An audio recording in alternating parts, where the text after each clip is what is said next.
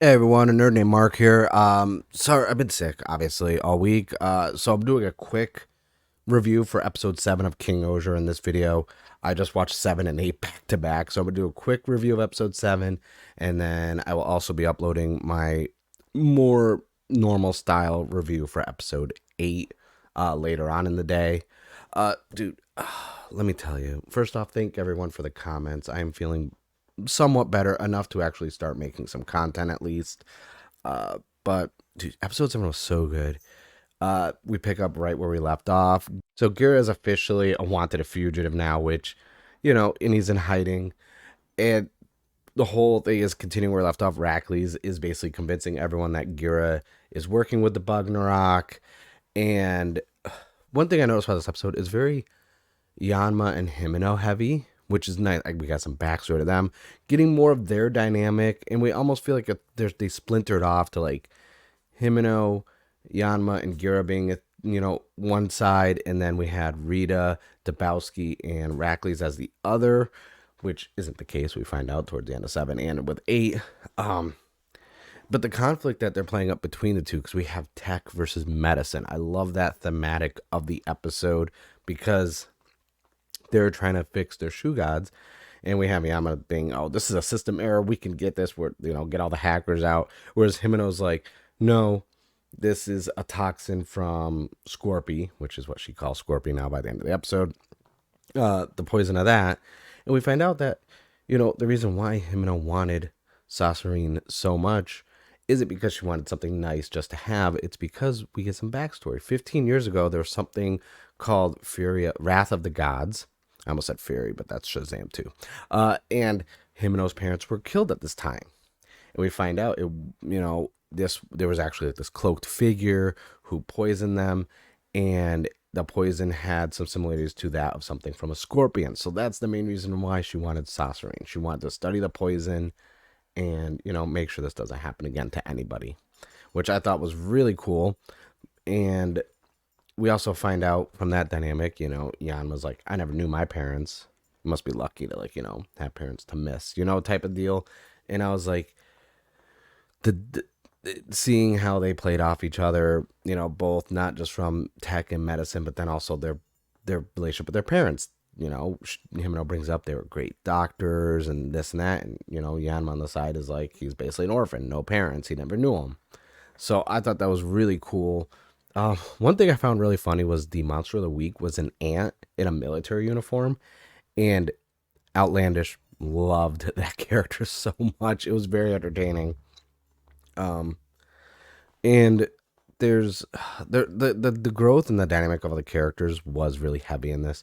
We saw Yanma and Gira talking after Gira tried to control Sasserine and got attacked, and Yanma saying, getting mad at Gira, like, what are you doing? Like, I thought we were part of a crew. We work together, and we get these flashes of uh, all of Yanma's crew and Himeno's like nurses and doctors with Sebastian, and I always forget Yanma's retainer's name, deciding let's work together and share information.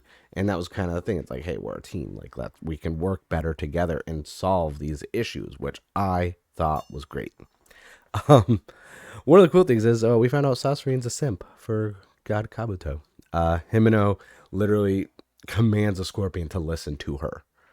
And then she's like, so is that French, is that only platonic? And you see, the Sasserine get all like, start shaking and this and that. And she's like, I won't tell. And I'm like, it was a nice little like humor interjected, but also basically realizing that these legendary shoe gods kind of are their own like thing broken away from the regular shoe gods that you see.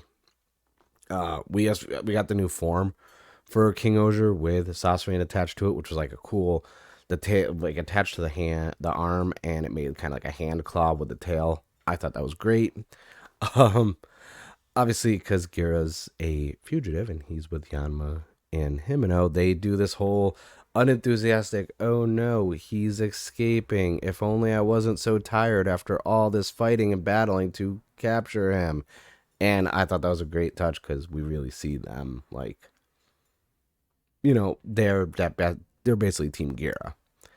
And we got a cliffhanger, which thankfully I watched these episodes back to back because Kira goes back to the orphanage where he's been hiding out, and the kids are at Sword, like are basically being held captive by the retainers of Rackley's, and Rita shows up, and Rita literally says Rackley's has requested trial by combat, and then boom, and I was like, oh, trial by combat. Now the scans we saw and everything else, like it's episode 8, and I was there for it.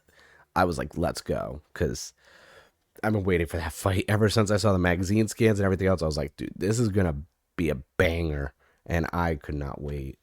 So episode 7 was so good at like giving us some, because I wanted more backstory. So we got our Himeno and Yanma backstory. I'm hoping, even though in episode 8 it wasn't the case because I just finished episode 8, I'm hoping we get some more Dabowski and Rita backstory in a few episodes soon, hopefully, because I want to know more about these characters. And officially now, I've this is the most I've reviewed a Super Sentai, because I realized I reviewed up to episode 7 or 8 of King-Ohger, and then I stopped.